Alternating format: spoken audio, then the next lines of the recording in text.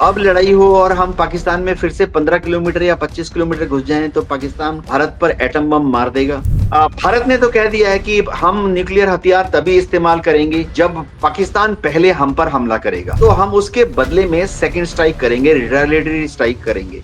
भारत सरकार के आदेश मिलने के बाद जो प्लानिंग की, जितने एयरबेस थे 11 को तो कम से कम हमने टारगेट क्लियरली बनाया। दूसरा रेड लाइन होगा कि अगर भारत पीओके में घुसकर फौजों को भेजकर कुछ वेपन सिस्टम्स कभी-कभी फेल होंगे। अगर ऐसा ना होता तो शत्रु कभी मारा ना जाता। लीडर्स को ये लगे कि हम पीओके को पूरा का पूरा हथियार लेंगे। पीओके के उस छोर तक पहुंचने वाले हैं, जमीनी रास्ते से। तो हो सकता है कि पाकिस्तान ने ये आशा की थी कि उनके आणविक न्यूक्लियर वेपन्स को देखते हुए हम शायद उनसे ज्यादा छेड़छाड़ नहीं करेंगे। मैं ज्यादा शब्द पर जोर दे रहा हूँ। पाकिस्तान ने सोचा था कि हम उनके साथ थोड़ा-थोड़ा छेड़छाड़ करेंगे, तो हम हमारे एटम बम छोड़ देंगे। पाकिस्तान की भी एक लाल लाइन होती है कि भारत इतना करेगा तो पाकिस्तान एटम बम छोड़ देगा। उन्होंने एक प्रोपेगेंडा फैलाने की कोशिश की कि उनके पास छोटे या बड़े न्यूक्लियर हथियार हैं। तो हम कहते हैं टैक्टिकल न्यूक्लियर वेपन्स। तो उन्होंने थोड़ा-सा देश की जनता को, पाकिस्तान की आम आवाम बहुत भोली होती है, और उनको ज़रा गुमराह कर दिया कि भई क्योंकि पाकिस्तान के पास छोटे या बड़े न्यूक्लियर हथियार हैं तो शायद भारत हमला नहीं करेगा। तो ये चीज़ एक एक शब्द है वॉर गेमिंग। नमस्कार दोस्तों, स्वागत है आपका डीएनपी इंडिया पर। हमारे साथ हैं group captain U K Devnath sir. Sir, बहुत स्वागत है आपका और बहुत शुक्रिया हमारे साथ जुड़ने के लिए। सर, जिस धन्यवाद लेवल प्रकाश पर जी। Thank you sir. सर, जिस लेवल पर इंडियन एयरफोर्स ने जो ऑपरेशन सिंदूर चलाया पाकिस्तान के अंदर, और जितने फॉरवर्ड बेसेस थे और इवन 200 किलोमीटर अंदर तक जाकर के जिस तरह से एयर स्ट्राइक्स की गई, पहले तो हमारे दर्शकों को जरा आप एक एक एयर बेस का अगर एक्सप्लेन कर सकें किसका क्या महत्व है तो बड़ा अच्छा होगा। अपने हिसाब से जो आप इस ऑपरेशन में क्या देख रहे हैं? देखिए प्रकाश जी, पाकिस्तान की एयरफोर्स में करीबन 22 एयरफील्ड्स हैं छोटे-बड़े, और पाकिस्तान की एयरफोर्स जो है दुनिया में प्रोफेशनल एयरफोर्स के हिसाब से मानी जाती है। क्योंकि मैं खुद इंडियन एयरफोर्स में था, 34 साल था, फाइटर पायलट था। मैंने काफ़ी युद्धक विमान उड़ाए, लास्ट में मिग-23 उड़ाया। तो मैं आपके साथ जो भी बात करूँगा, देश का नागरिक हूँ और एक प्रोफ़ेशनल भी हूँ। तो सबसे पहले तो शुरुआत ऐसे करूँगा कि पाकिस्तान की एयरफ़ोर्स एक अच्छी एयरफ़ोर्स है, उनके पायलट्स बढ़िया पायलट हैं।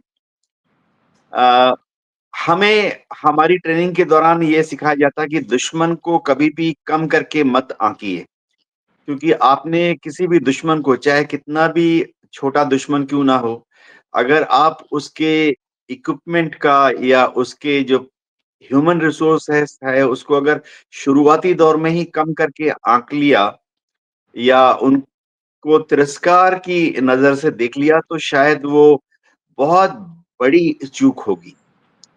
तो पाकिस्तान की एयरफोर्स में काफी सारी बेसेस हैं। इनमें से ज्यादातर जो बेसेस हैं वहां पर उन्होंने फाइटर विमान को डिप्लॉय किया हुआ है, और कुछ बेसेस में उन्होंने ट्रांसपोर्ट और हेलीकॉप्टर विमानों को भी तैनात किया हुआ है। तो मैं उनके किसी भी एयरबेस को कम करके नहीं आंकूंगा। स्ट्रैटेजिक इंपॉर्टेंस पे वो सारे बराबर हैं। चाहे वो भारत की सीमा के पास हों या गहराई में, अंग्रेजी में हम बोलते हैं डेप्थ में हों, अफगानिस्तान की तरफ हों। लेकिन ज़ाहिर बात है कि हमने इस बार जब भारत सरकार के आदेश मिलने के बाद जो प्लानिंग की, उसमें प्लानिंग में हमने उनके जितने एयरबेस थे 11 को तो कम से कम हमने टारगेट क्लियरली बनाया। 11 को तो पाकिस्तान ने भी मान लिया।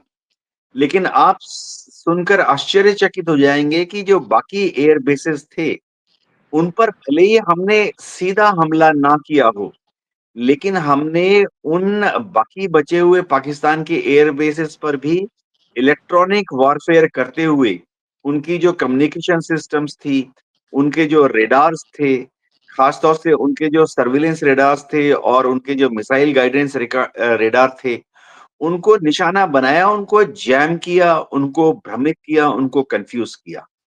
जी।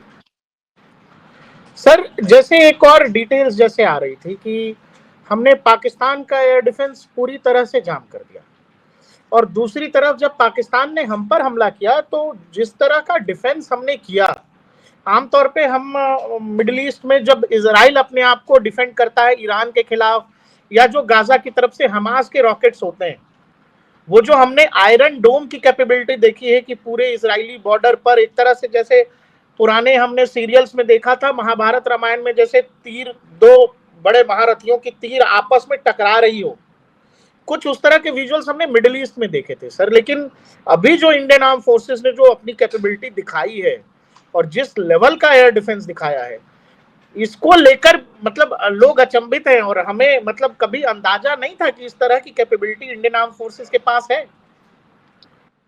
प्रकाश जी, जहाँ तक पाकिस्तान की एयर डिफेंस सिस्टम का बात करता हूँ 2 शब्दों में, अच्छी एयर डिफेंस सिस्टम है, उनके पास भी बढ़िया रॉकेट्स, मिसाइल्स हैं, गन्स हैं। हाँ, बहुत सब जगह पे खबर आ रही है कि उनका HQ-9 system, air defence system जो कि उनको चीन ने सप्लाई किया, वो फेल हो गया। देखिए, युद्ध के मैदान में हमेशा ऐसा होता है कि कुछ वेपन सिस्टम्स कभी-कभी फेल होंगे। अगर ऐसा ना होता तो शत्रु कभी मारा ना जाता।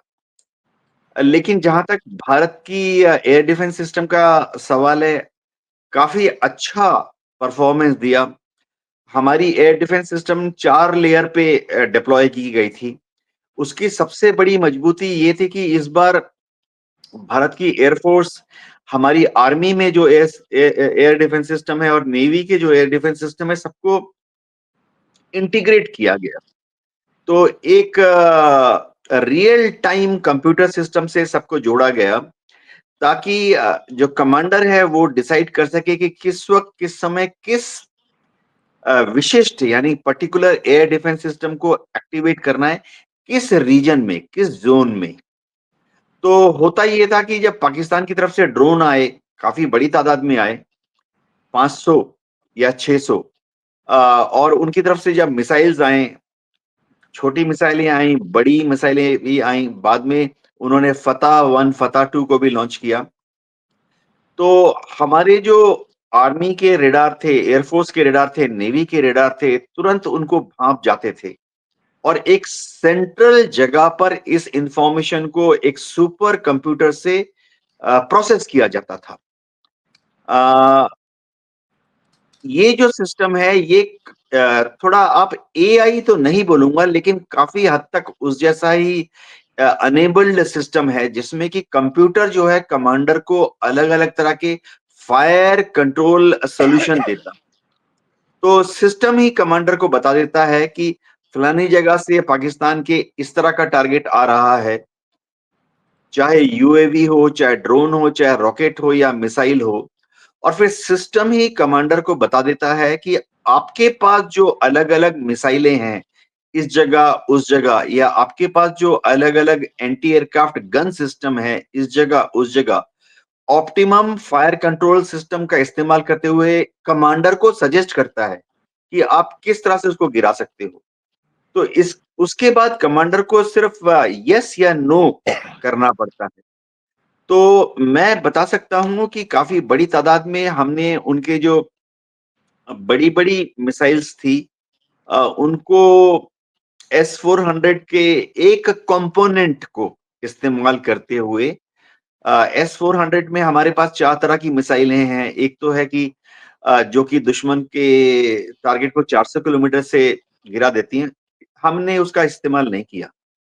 एस-400 में एक और मिसाइल है जो कि दुश्मन के टारगेट को 250 किलोमीटर से ढूँढ लेती है, भाँप लेती है, 250 किलोमीटर से शूट डाउन कर सकती है। हमने उसका भी इस्तेमाल करने की ज़रूरत नहीं पड़ी। हाँ, एस-400 में जो मिसाइल हैं, उनमें एक ऐसी है जो कि 120 किलोमीटर की दूरी से दुश्मन को भाँप सकती है। हमने कुछ लॉन्च किए। लेकिन ज़्यादातर जो हम मीडिया में इतना सुन रहे हैं, 400 टर्मिनल डिफेंस के लिए हमारे पास एक मिसाइल होता है, S-400 में, जो कि दुश्मन के टारगेट को बहुत पास से शूट डाउन कर सकता है, समझिए 40 किलोमीटर। उसका हमने बखूबी इस्तेमाल किया। इसके अलावा हमारे पास बरक मिसाइल्स थी, इज़राइल के सहयोग से बनाया है। हमने आकाश एंटी एयरक्राफ्ट सिस्टम का इस्तेमाल किया, भारत में डीआरडीओ ने बनाया है। आकाश जो है हमारे इंडियन एयर फोर्स में, आर्मी में 2008 से हम लोगों ने ऑपरेशनलाइज़ कर लिया है। उसके बाद अगले 5, 6, 7, 8 साल तक लगातार एडिशनल स्क्वाड्रन्स या रेजिमेंट इंट्रोड्यूस हुई, ऑपरेशनलाइज़ किए गए। बहुत शानदार रोल रहा हमारे पुराने air defence system, mostly Russia के सप्लाई, जैसे ओसा एके है या सैम 3 पिचोरा बोला जाता है वो, उसका इस्तेमाल किया। एक और चीज़ जो मैं बताता हूँ दर्शकों को कि हमारे पास बड़ी तादाद में एंटी एयरक्राफ्ट गन सिस्टम थे, थोड़े पुराने हैं, L-70, लेकिन हमने उसको भारत में मॉडिफाई करके उसमें फ्लदरमस नाम का रेडार लगा लिया। उसका इस्तेमाल बहुत इफेक्टिवली किया गया, last minute terminal air defence के लिए। और एक रशियन सिस्टम हमारे पास शुरुआती दौर से ही था, 40 साल पहले से ही, जिसको हम ZSU ज़ू 23 बोलते थे।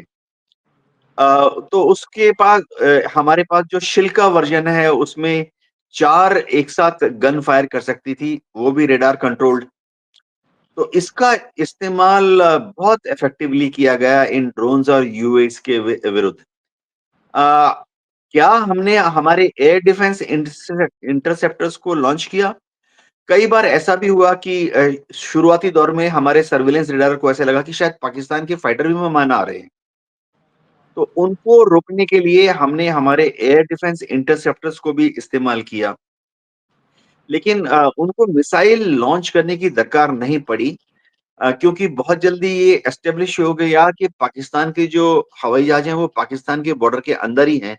भारत की सीमा में हमारी जो इंडियन एयर स्पेस है, उसमें घुस नहीं रहे हैं।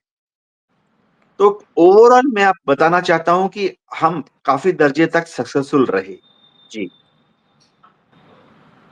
सर, जो एयर डिफेंस कैपेबिलिटी हमने दिखाई, जैसे पहलगाम हुआ, इसके बाद ये तय था कि भारत एक्शन लेगा।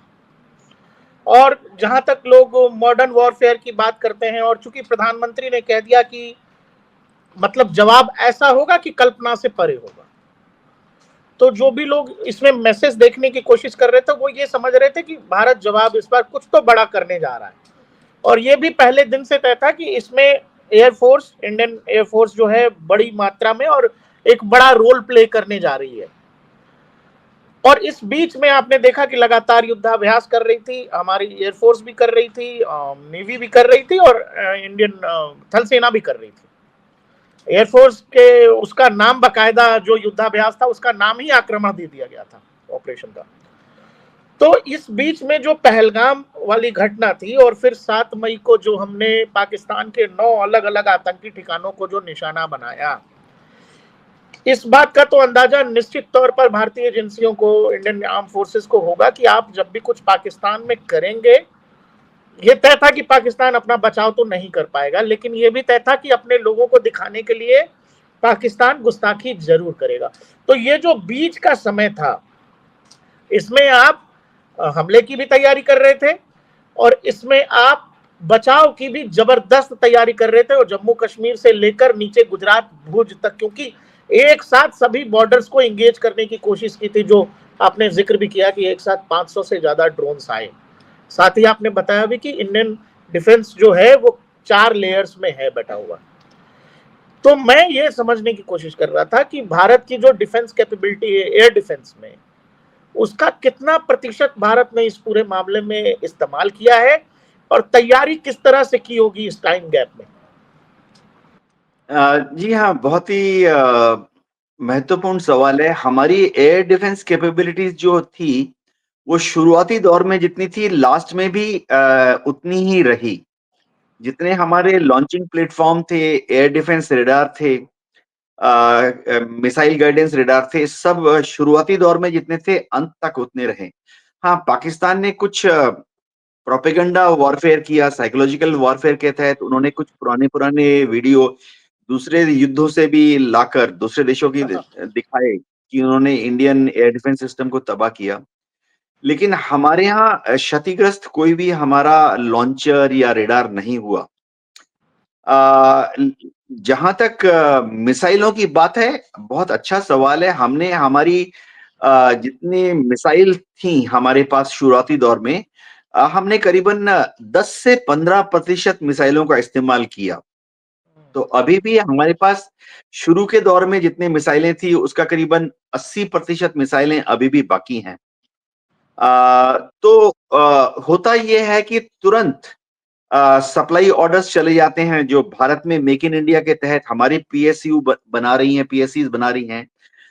इमरजेंसी परचेजिंग पावर के तहत तुरंत सप्लाई ऑर्डर उनको अगले दिन ही दे दिया गया और जो हमने करीबन 15% एयर डिफेंस मिसाइल्स को लॉन्च किया है, उनकी भरपाई बहुत जल्दी चालू हो जाएगी। इसी तरह से विदेशों से भी हम कुछ मिसाइल लाए हैं, ज़ाहिर बात है, अगर हाइमर्स हैं, स्कैल्प है, तो विदेशों से भी हम लाए हैं। अ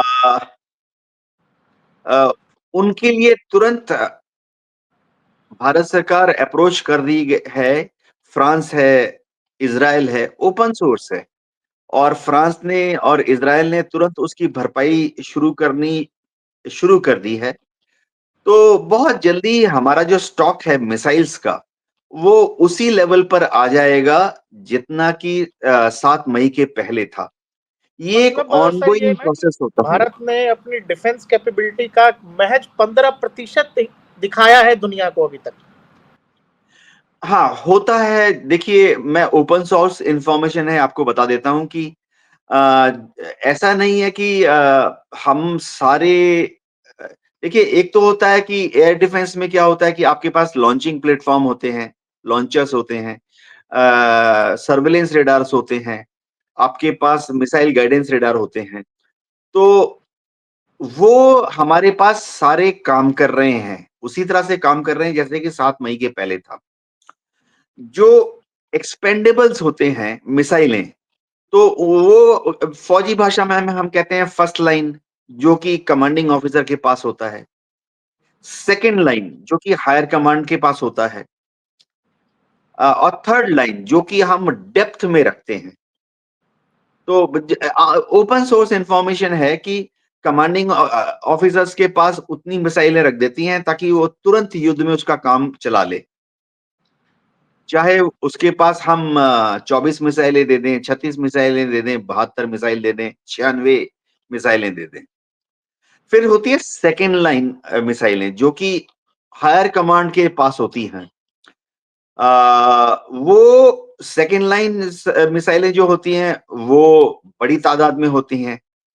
200, 400, 600 वो हायर फॉर्मेशन के पास होती है।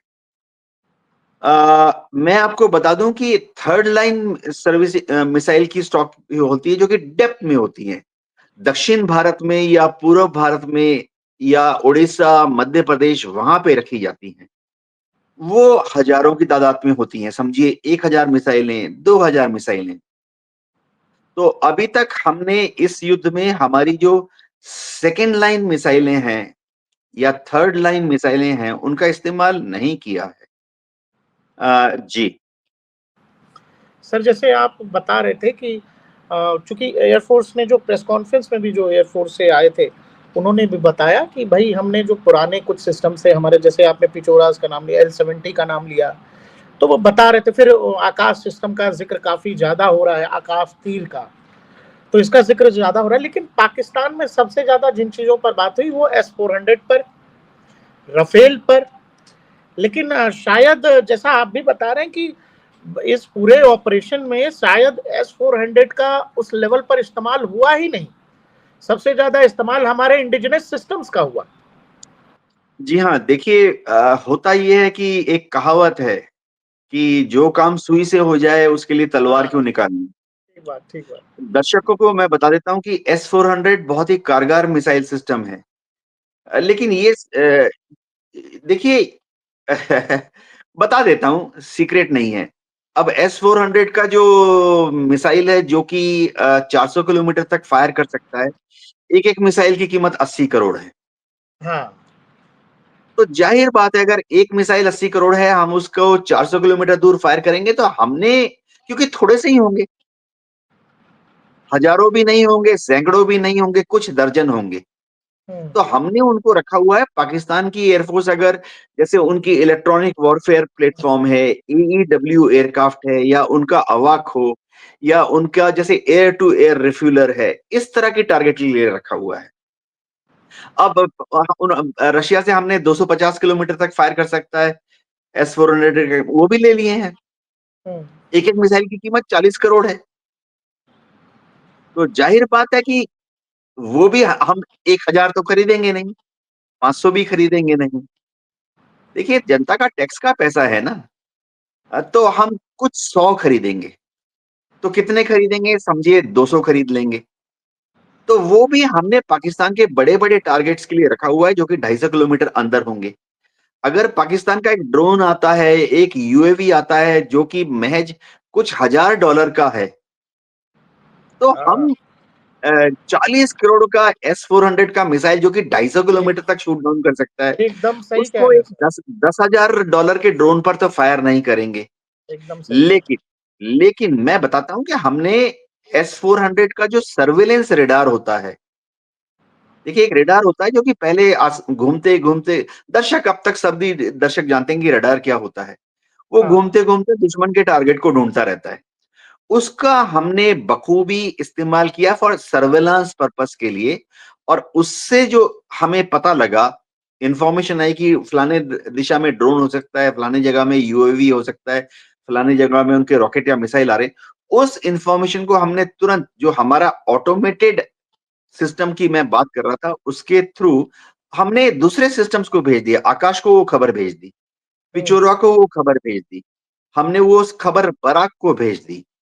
या हमारे L-70 रडार कंट्रोल गन्स या जो मैं बता रहा था कि ZSU 23 मिलीमीटर इंटू 4 सिस्टम है, शिल्का है, उसको भेज दी।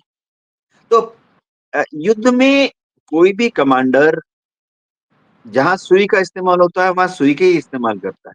जी। सर जैसे इस पूरे जैसे आप बता रहे थे 4 लेयर्स में, अभी हमने तो पृथ्वी का इस्तेमाल नहीं किया। पृथ्वी एयर डिफेंस है आपके पास। आपने जो ज़्यादातर जैसे बाराक की आप बात कर रहे थे, बाराक की भी उतना शायद इस्तेमाल नहीं हुआ। इसके अलावा हमारे पास शॉर्ट रेंज इंटरसेप्शन भी है, 4 लेयर्स में अलग-अलग लेवल पर जो एयर डिफेंस है। शायद पाकिस्तान को अंदाजा नहीं था सर कि इस लेवल की तैयारी किए बैठा है भारत, या फिर पिछले कुछ सालों में जिस लेवल पर भारत ने डिफेंस खरीदारी की है और इसमें जो एयर डिफेंस है उस लेवल पर, जो उस लेवल पर हमने काम किया है, हमारे डीआरडीओ के लोगों ने काम किया है, वो अंदाजा शायद पाकिस्तान को था ही नहीं। प्रकाश जी क्या होता है कि पाकिस्तान को मोटा-मोटी एक अंदाजा था कि हमारी एयर डिफेंस कैपेबिलिटीज़ क्या हैं। ऐसा होता है, हमें भी मोटा-मोटी आइडिया है कि चीन की एयर डिफेंस कैपेबिलिटीज़ क्या हैं। चाहे सटीक शत-प्रतिशत अंदाजा ना हो, लेकिन 90% 80% 70% आइडिया होता है। अ, पाकिस्तान को भी आइडिया था, लेकिन देखिए उनके लिए एक पॉलिटिकल कंपल्शन हो गई। जब हमने पहलगाँव के दुर्घटना के बाद दुर्घटना ही कह सकता हूँ, आतंकवादी कार्रवाई के बाद जब हमने घर में घुस के उनके 9 आतंकवादी ठिकानों को पर हमला किया, तो ज़ाहिर बात है कि पाकिस्तान की फ़ौज के ऊपर एक पॉलिटिकल दबाव था। प्लस पाकिस्तान की फ़ौज हमेशा उनकी अवाम को बताती रहती है कि उनकी मूँछें जो हैं बड़ी-बड़ी हैं, तो उनको कुछ तो कार्रवाई करनी पड़ती। अगर वो कार्रवाई नहीं करते, तो पाकिस्तान की फ़ौज असीम मुनीर की बहुत किरकिरी हो जाती, मूंछ नीची हो जाती। शहबाज शरीफ को भी सरकार के बचाने में दिक्कत होती। विपक्ष कहते हैं ना कि अ, विपक्ष जो है हावी हो जाता। तो उन्होंने अपने तरफ से एक कैलिब्रेटेड कार्रवाई की, ड्रोन भेजे, अच्छी बात है, उनके पास हज़ारों थे। दूसरे देशों ने दिए। ऐसे वाले ड्रोन्स बाज़ार में कॉट्स भी मिल जाते हैं, कमर्शियली ऑफ द शेल्फ भी मिल जाते हैं। अगर आप पालिका बाज़ार में भी आओगे, आपको हाँ, ऐसे हाँ, मिल रहे ड्रोन हैं। मिल जाएँगे। हाँ, मिल आप रहे हैं। सिंगापुर जाओ, आप अबू धाबी जाओ, आप हांगकांग मार्केट में जाओ, आप सूटकेस में भर के ला सकते हो ऐसे ड्रोन। जो कि उड़ाने पर 1 डेढ़ किलो का सामान, 5 किलो का सामान साथ में ले जा सकते हैं। अब आप उससे चाहे बैंगन, मूली, गाजर गिराइए, दवाइयाँ गिराएँ, ये आपकी श्रद्धा पर निर्भर करता है। और ये ड्रोन जो होते हैं काफ़ी दूर तक चले जाते हैं, 30 किलोमीटर, 40 किलोमीटर, 50-60 किलोमीटर चले जाते हैं। हुँ। कमर्शियली अवेलेबल हैं। तो ठीक है उन्होंने भेजे, उनको मालूम था कि हमारी एयर डिफेंस अच्छी है। लेकिन एक पॉलिटिकल दबाव पे उनको एक कार्रवाई करनी थी। जी। सर जैसे ये देख रहे हैं हम लोग कि ऊपर नूर खान, फिर मुरीद, सरगोधा, रफीकी, रहीम यार खान, जैकोबाबाद, सुक्कूर, भोलारी, इसके अलावा सियालकोट, पसरूर और चुनियान, इन सब जगहों पर इतना अंदर जाके अगर जैकोबाबाद की लोकेशन देखें, तो चूंकि अब तो दुनिया ने देख लिया, सैटेलाइट इमेजेज आ गए। इंडियन एयरफोर्स ने जब जब पीसी की तो बकायदा बताया, सैटेलाइट इमेज के साथ बताया भाई ये बिफोर है, ये आफ्टर है, इस जगह पर हमने। और अगर नूर खान देखें तो लगभग इस्लामाबाद, और इसमें बहुत सारी कहानी, बहुत सारे पिक्चर्स आए। आप तो एयरफोर्स में रहे हैं, पायलट रहे हैं, मैं ये समझना चाहता हूं कि जरा हमारे दर्शकों को ये बताइए, क्योंकि एयरफोर्स का इस्तेमाल 1971 के बाद हुआ है और पाकिस्तान के अंदर इंटरनेशनल बॉर्डर क्रॉस करके, एलओसी क्रॉस करके अंदर तक हुआ है। ये क्या क्षमता दिखाता है इंडियन आर्म फोर्सेस की? दूसरा, क्या पाकिस्तान को इसके जरिए एक मैसेज देने की कोशिश की गई है कि देखो जी, अब ऐसा चलेगा नहीं, अब ये न्यू नॉर्मल है, अब हम कहां तक जा सकते हैं ये पाकिस्तान को समझना। हाँ, देखिए दर्शक भी अब हमारे पढ़े-लिखे हैं और ज़्यादातर दर्शक जो हैं वो भावनाओं में बहना नहीं चाहिए। ऐसा मैं इसलिए कह रहा हूँ कि देखिए युद्ध जब होता है तो जैसे एयरफोर्स का इस्तेमाल या आर्मी का इस्तेमाल कब किया जाता है? पहले कूटनीति काम करती है, पहले पॉलिटिकल सिस्टम काम करता है, दुश्मन से बातचीत करता है या दुश्मन को समझाता है। राजनीतिज्ञ, कूटनीतिज्ञ जो देश की पॉलिटिकल विल पावर है, पहले उससे दुश्मन को समझाया जाता है या दबाव डाला जाता है। ऐसा करते-करते एक समय आता है जबकि और दुश्मन समझ नहीं पाता, मान नहीं पाता, ढीठ हो जाता है। तब फ़ौज का इस्तेमाल किया जाता है। मैं दर्शकों को बताना चाहता हूँ कि फ़ौज भी हमारी किसी भी देश की जो कूटनीति है या राजनीति है, उसी का हिस्सा है। अगर फ़ौज मजबूत है और आपने दुश्मन को पहले से ही समझा दिया, हम 26 जनवरी, 15 अगस्त में दिखाते हैं अपना पूरा असला। अगर आप एक्सरसाइज़ करते हैं जिसमें थोड़ी खबर हम दुश्मन को हर 3 महीने, 6 महीने में वीडियो भेजते रहते हैं, ओपन मीडिया से। अगर दुश्मन को ये अंदेशा है कि भारत मजबूत है, तो वो खुलेआम हमला नहीं करेगा। हमने ऐसा ही चीन के साथ किया। गलवान हुआ, हमने इतनी अच्छी डिप्लॉयमेंट की कि चीन ने उसके बाद भारत के ऊपर अगली फौजी कार्रवाई नहीं की, एस्केलेशन नहीं किया। इसी तरह से हमने उरी में जब 9 आतंकवादी पैड्स पर जब घुस के मारा, तो आप देखेंगे कि उन्होंने भी अपने ड्रोन्स भेजे, यूएवीज़ भेजे, कुछ मिसाइल भेजे। उन्होंने भी अपनी एयरफोर्स को भारत में नहीं घुसाया। उन्होंने भी अपनी जो टैंक तो बख्तरबंद गाड़ियाँ हैं, तैनात थी बॉर्डर के पास पाकिस्तान की, लेकिन उन्होंने भी इंटरनेशनल बॉर्डर या एलओसी को क्रॉस करके हमारे देश में नहीं घुसाया। तो ये जो चीज़ है, ये समझना पड़ेगा कि ये फ़ौज का इस्तेमाल जो है, ये राजनीति या कूटनीति में अंतिम पग होता है और एक मैच्योर देश में फ़ौज का इस्तेमाल अंतहीन नहीं होता। हमारी अच्छी डेमोक्रेसी है, हमारे देश के जो नेता हैं, वो बहुत अवगत हैं कि किस वक़्त, कितने समय तक किस तरह से फ़ौज का इस्तेमाल करना है, फिर थोड़ी देर के लिए रोक देना है।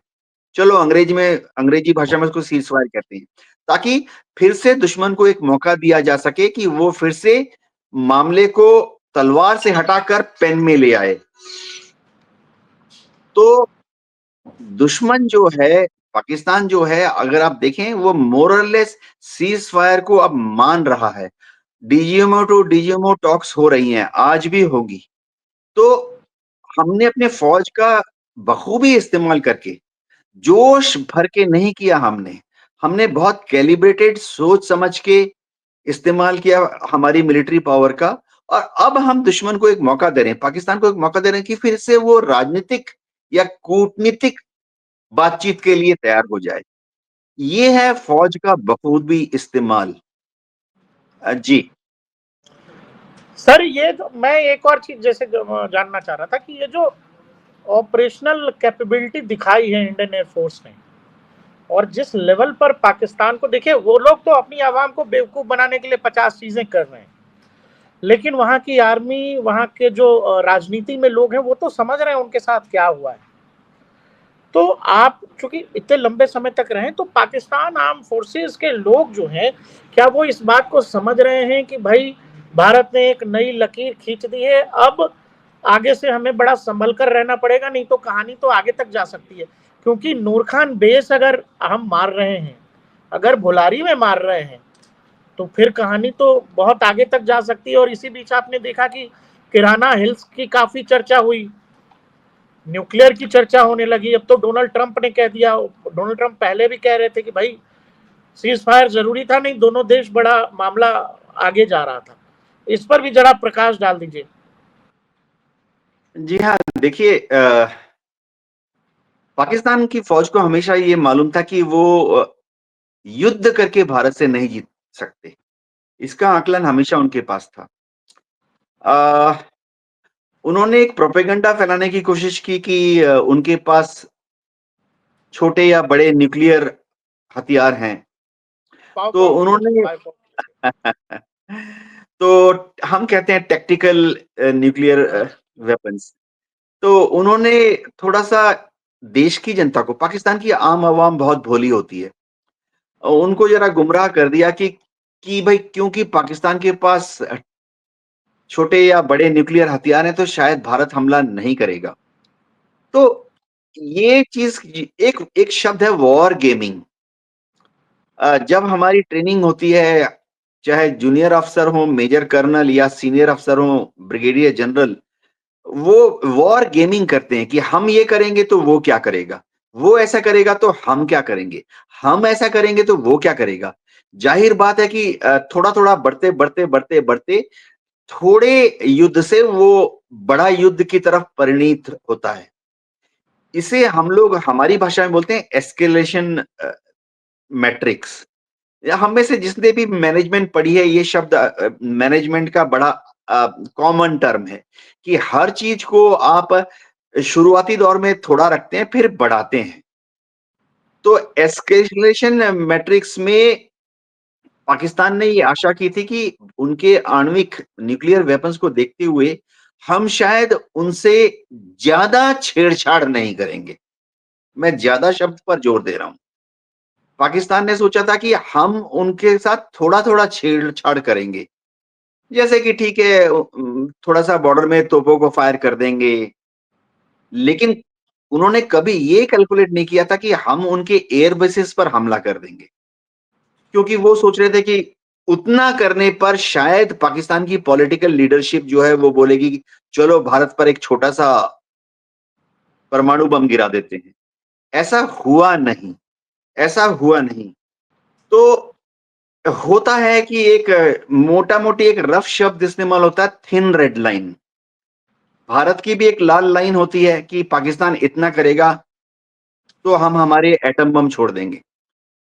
पाकिस्तान की भी एक लाल लाइन होती है कि भारत इतना करेगा तो पाकिस्तान एटम बम छोड़ देगा।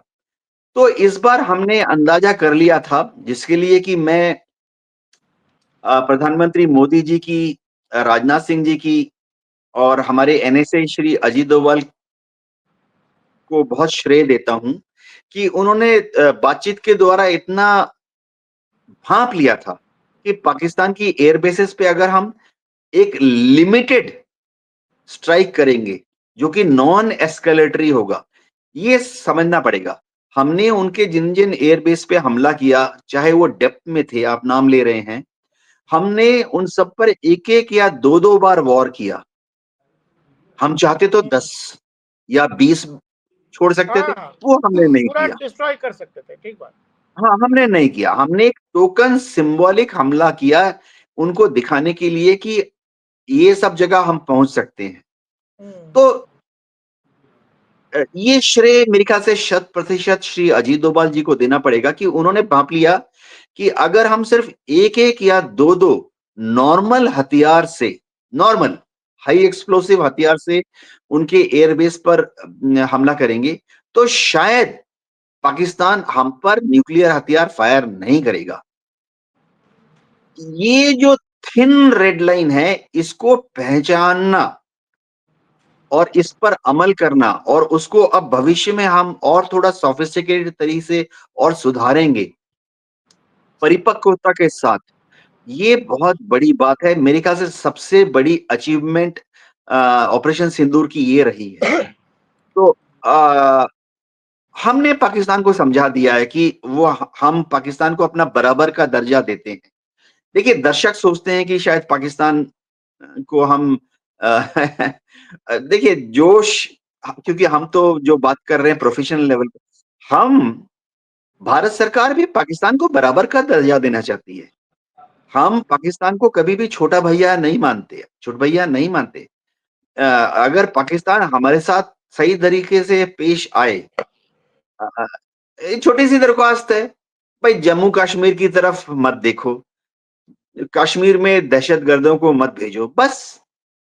तो भारत सरकार अगले दिन से ही भारत सरकार पाकिस्तान को बराबर का दर्जा देगी। लेकिन और टेररिज्म तो उनकी स्टेट पॉलिसी है ना सर, स्टेट पॉलिसी बना रखी है उन्होंने। तो इसीलिए देखिए इस बार भारत की जो हायर पॉलिटिकल लीडरशिप है, उनको 10 में से 10 नंबर देता हूं कि उन्होंने बहुत ही सीमित मिलिट्री कार्रवाई करते हुए बहुत ही लिमिटेड रिसोर्सेस को पाकिस्तान के विरुद्ध इस्तेमाल किया है। जैसे मैंने कहा कि करीबन 10% हमने हमारे रिसोर्सेस का इस्तेमाल करके पाकिस्तान को एक मैसेज दे दिया है कि अगली बार वो 1 करेंगे तो हम 10 कर देंगे। और जब हम 10 करेंगे तो इस तरह से 10 का इस्तेमाल करेंगे कि पाकिस्तान को शायद न्यूक्लियर बम भारत की तरफ भेजने में हिचकिचाहट होगी। ये बहुत फाइन जजमेंट है। इसके लिए दर्शकों को 200 घंटे का मिलिट्री सिलेबस का अध्ययन करना पड़ेगा। महज 20 मिनट के वीडियो में जो आम बहादुर, हमारे दर्शक बहुत बहादुर हैं, देश प्रेमी हैं। हमारे दर्शक जो हैं वो सबने माँ का दूध पिया है। तो लेकिन 200 घंटे का मिलिट्री सिलेबस और 40 साल फौज में नौकरी करने के बाद मैं कह सकता हूं कि पूरा श्रेय हमारी हायर पॉलिटिकल लीडरशिप, यानी मिनिस्टर एंड अबव, चलो junior minister level and above, पूरा श्रेय उनको जाता है कि उन्होंने भांप लिया है कि हम कितना ताकत का इस्तेमाल पाकिस्तान पर करें, ज्यादा से ज्यादा, कम से कम, कि पाकिस्तान मतलब सकपका जाए, लेकिन फिर भी हम पर न्यूक्लियर हथियार ना फेंके। मतलब हमने जो पाकिस्तान का न्यूक्लियर ब्लफ था हर बार कि भाई हमारे पास ये है, हमारे पास ये है, हमारे पास हम अभी कर देंगे, क्योंकि आप देखिए मुझे लगता है 2 दिन लड़ाई चली है, 3 दिन, और उसके उसी बीच में पाकिस्तान के की तरफ से कई बयान आ गए कि जी हमारे पास न्यूक्लियर है, हम एटमी ताकत हैं। तो क्या अब उस एटमी ताकत को ठीक अगर उदाहरण से समझें तो एक शराबी जो रोज हमारे दरवाजे पर पिछले 80 साल से आके गाली गलौज करके जाता था, माँ बहन को अपशब्द कहता था, और हम छोड़ देते थे कि भाई शराबी है, जाने देते हैं। लेकिन अब आपने तय कर लिया है कि ये शराबी जब जब ऐसे आएगा इसको 10 जूते पड़ेंगे। तो अब वो शराबी को वो हाल हुआ है पाकिस्तान के साथ कि वो कुछ भी अगर हमारे यहाँ करता है तो वो बचेगा तो नहीं। साथ ही ये कि सर वो न्यूक कर देंगे जैसा आपने बताया कि वो ब्लब भी अब खत्म है। प्रकाश जी चलो थ्योरेटिकली डिस्कशन कर लेते हैं। 1965 की लड़ाई में हम पाकिस्तान में 15 किलोमीटर घुस गए थे। लाहौर तक। जी। 1971 की लड़ाई में हम पाकिस्तान में 25 किलोमीटर घुस गए थे। क्या अगर अब लड़ाई हो और हम पाकिस्तान में फिर से 15 किलोमीटर या 25 किलोमीटर घुस जाएं तो पाकिस्तान भारत पर एटम बम मार देगा?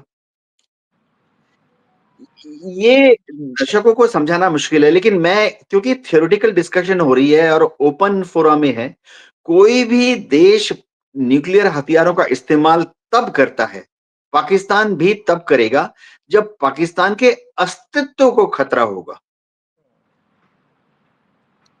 भारत ने तो कह दिया है कि हम न्यूक्लियर हथियार तभी इस्तेमाल करेंगे, जब पाकिस्तान पहले हम पर हमला करेगा। तो हम उसके बदले में सेकंड स्ट्राइक करेंगे, रिटेलिएटरी स्ट्राइक करेंगे। लेकिन पाकिस्तान ने बोल दिया कि वो पहले ही कर लेगा।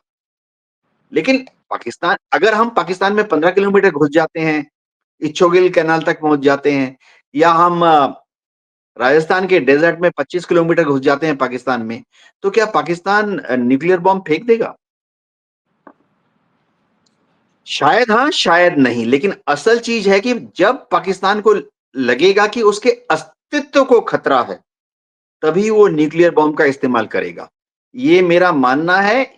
हमने काफी सारी वॉर गेमिंग की है। दूसरी चीज, पाकिस्तान की जो मिलिट्री लीडरशिप है या पॉलिटिकल लीडरशिप है, उनके लिए एक सेब है, उन्होंने अपने सिर पे रखा हुआ है। वो है पीओके। तो शायद दूसरा रेड लाइन होगा कि अगर भारत पीओके में घुसकर फौजों को भेजकर पाकिस्तान का जो कश्मीर है, भारत उसको फौज भेजकर कब्जा कर लेता है। अब पीओके में क्या हम 5 किलोमीटर घुस गए या 10 किलोमीटर घुस गए तो एटम बम फेंक देंगे? शायद नहीं होगा। लेकिन अगर हम पूरा का पूरा पीओके, पाकिस्तान को ऐसा आकलन लगता है कि हम पूरा का पूरा पीओके, ये वॉर गेमिंग की हिस्सा है, सीक्रेट कुछ भी नहीं है इसमें। ओपन सोर्स है कि अगर पाकिस्तान की मिलिट्री एंड फौजी लीडर्स को ये लगे कि हम पीओके को पूरा का पूरा हथियार लेंगे, पीओके के उस छोर तक पहुंचने वाले हैं जमीनी रास्ते से, तो हो सकता है कि पाकिस्तान, हो सकता है, क्योंकि ये याद रखना पड़ेगा कि वो अगर हम पर एक भी न्यूक्लियर बम फेंकेंगे उसके बाद, तो फिर हमने तो पाकिस्तान का सेकंड स्ट्राइक में राख में तब्दील तब्दील कर देना है। ये हमारी न्यूक्लियर तो डॉक्ट्रिन है सर। बहुत क्लियर है, सेकंड स्ट्राइक जो होगी भारत की बहुत ही तगड़ी होगी। हम कैलिब्रेटेड स्ट्राइक नहीं करेंगे कि पाकिस्तान ने एक न्यूक्लियर बॉम्ब मारा तो हम दो मारेंगे, ऐसा नहीं हाँ, होगा। फिर वो 2 मारे तो हम 4 मारे, वो मौका नहीं हाँ, दिया जाएगा। क्योंकि अगर उसने एक मारा तो सबसे पहले हम ये भी ओपन सोर्स है, न्यूक्लियर बॉम्ब्स का इस्तेमाल कोई भी देश नहीं करता। अमेरिका ने नहीं किया 50-70 साल में, रूस ने नहीं किया 50-70 साल में, कोल्ड वॉर हुआ, इसके पास 5,000 उसके पास 10,000, उन्होंने इस्तेमाल नहीं किया। इज़राइल के पास हैं 70 या 90, उन्होंने इस्तेमाल नहीं किया, ईरान को धमकी देते रहे। नॉर्थ लेकिन कोरिया पता पाकिस्तान नहीं का कब से चक्कर तो ये है ना सर कि बंदर के हाथ में उस्तरा है, जाहिलों अ, का देश है, ये चक्कर है सबसे बड़ा। प्रकाश जी, क्योंकि हम थोड़ा देखिए बहुत मिलिट्री स्टडीज हो चुकी हैं। अब तो हमने भारत में 2 या 3 जगह पर मिलिट्री यूनिवर्सिटी खोल दी है, हरियाणा में खोल दी है, जहाँ पे कि ये सब चीज़ें ओपनली क्लासरूम में डिस्कस होती हैं। लेक्चरर, प्रोफेसर्स भी सिविलियन होते हैं, छात्र भी सब graduate, post graduate, super PhD होते हैं, मिलिट्री स्टडीज छात्र भी सिविलियन, ये सब वहाँ डिस्कस होता है। तो अ, ये कहना कि ये थोड़ी हल्की बात हो जाती है। पाकिस्तान भी देखिए उनकी भी बहुत हायर लेवल पर चेक्स एंड बैलेंसेस हैं। तो ऐसा नहीं है कि बस वो भी अगर न्यूक्लियर बॉम्ब का इस्तेमाल करेंगे, बहुत सोच समझ के करेंगे। लेकिन उन्होंने एक चीज़ बता दी है कि वो पहले कर लेंगे। लेकिन अगर वो पहले कर लेंगे तो हमारे पास इतना है कि हमने भी फिर जब दूसरा स्ट्राइक करना है तो पाकिस्तान को राख में मिला देंगे। इसमें कोई शक नहीं है। हमारा जो रिस्पॉन्स होगा फिर वो 1 के लिए 2 या उन्होंने 2 मारे तो हम सिर्फ 4 ऐसा नहीं होगा। हमारे पास जो कुछ है, शायद उनसे ज़्यादा है, उनसे बड़े वाले हैं और उनसे ज़्यादा एक्यूरेट हैं। वो सब अगले जैसे इस बार कहते हैं ना हमने 23 मिनट में कर दिया, 23 मिनट में चले जाएँगे पाकिस्तान की तरफ। जी। सर एक लास्ट सवाल आपसे, बहुत समझ गया आपने कि जो कैपेबिलिटी इंडियन एयरफोर्स ने, भारत की लीडरशिप ने और भारत की मिलिट्री लीडरशिप ने दिखाई है दुनिया को कि भाई भारत अब विदेशी हथियारों पर ही नहीं बल्कि जो हमारे हथियारों का जिस लेवल पर इंडनाइजेशन हो रहा है और जो ऑपरेशनल कैपेबिलिटी दिखाई है जिस पर अमेरिका भी बात करने से बहुत हिचक रहा है, वेस्टर्न मीडिया हिचक रहा है क्योंकि भाई हथियार का बिजनेस सबका है, चीन बेहद परेशान है और जो सबसे ज्यादा जो एयर डिफेंस की जो हम लोग बात कर रहे थे, भारत ने दुनिया को इस ऑपरेशन के जरिए, ऑपरेशन सिंदूर के जरिए कोई एक मैसेज दिया है और दुनिया इसको कैसे देख रही होगी? अगर वेस्टर्न मीडिया की बात कर रहे हैं जो बात ज्यादा नहीं कर रहा लेकिन समझ वो बेहतर रहे, और अमेरिका का भी की भी बात करिए, तो हमने दुनिया को क्या दिखाया है, क्या मैसेज है? देखिए 90% हमारा जो मैसेज है वो पाकिस्तान के लिए ही है कि समझ जाओ, समझ जाओ, समझ जाओ। आतंकवादी गतिविधियों को कश्मीर में मत करो। खुश रहो, आबाद रहो। हमारी मैसेजिंग दुनिया के लिए ज़्यादा नहीं है क्योंकि दुनिया में सभी देश हमारे साथ हैं। अमेरिका से लेके यूरोपियन देश सारे के सारे मुस्लिम देश, सारे के सारे ओआईसी के देश, अरब लीग के सारे देश हमारे साथ हैं। ठीक है, 1-2 देश हैं जिन्होंने पाकिस्तान को थोड़े बम गोले बारूद दे दिए।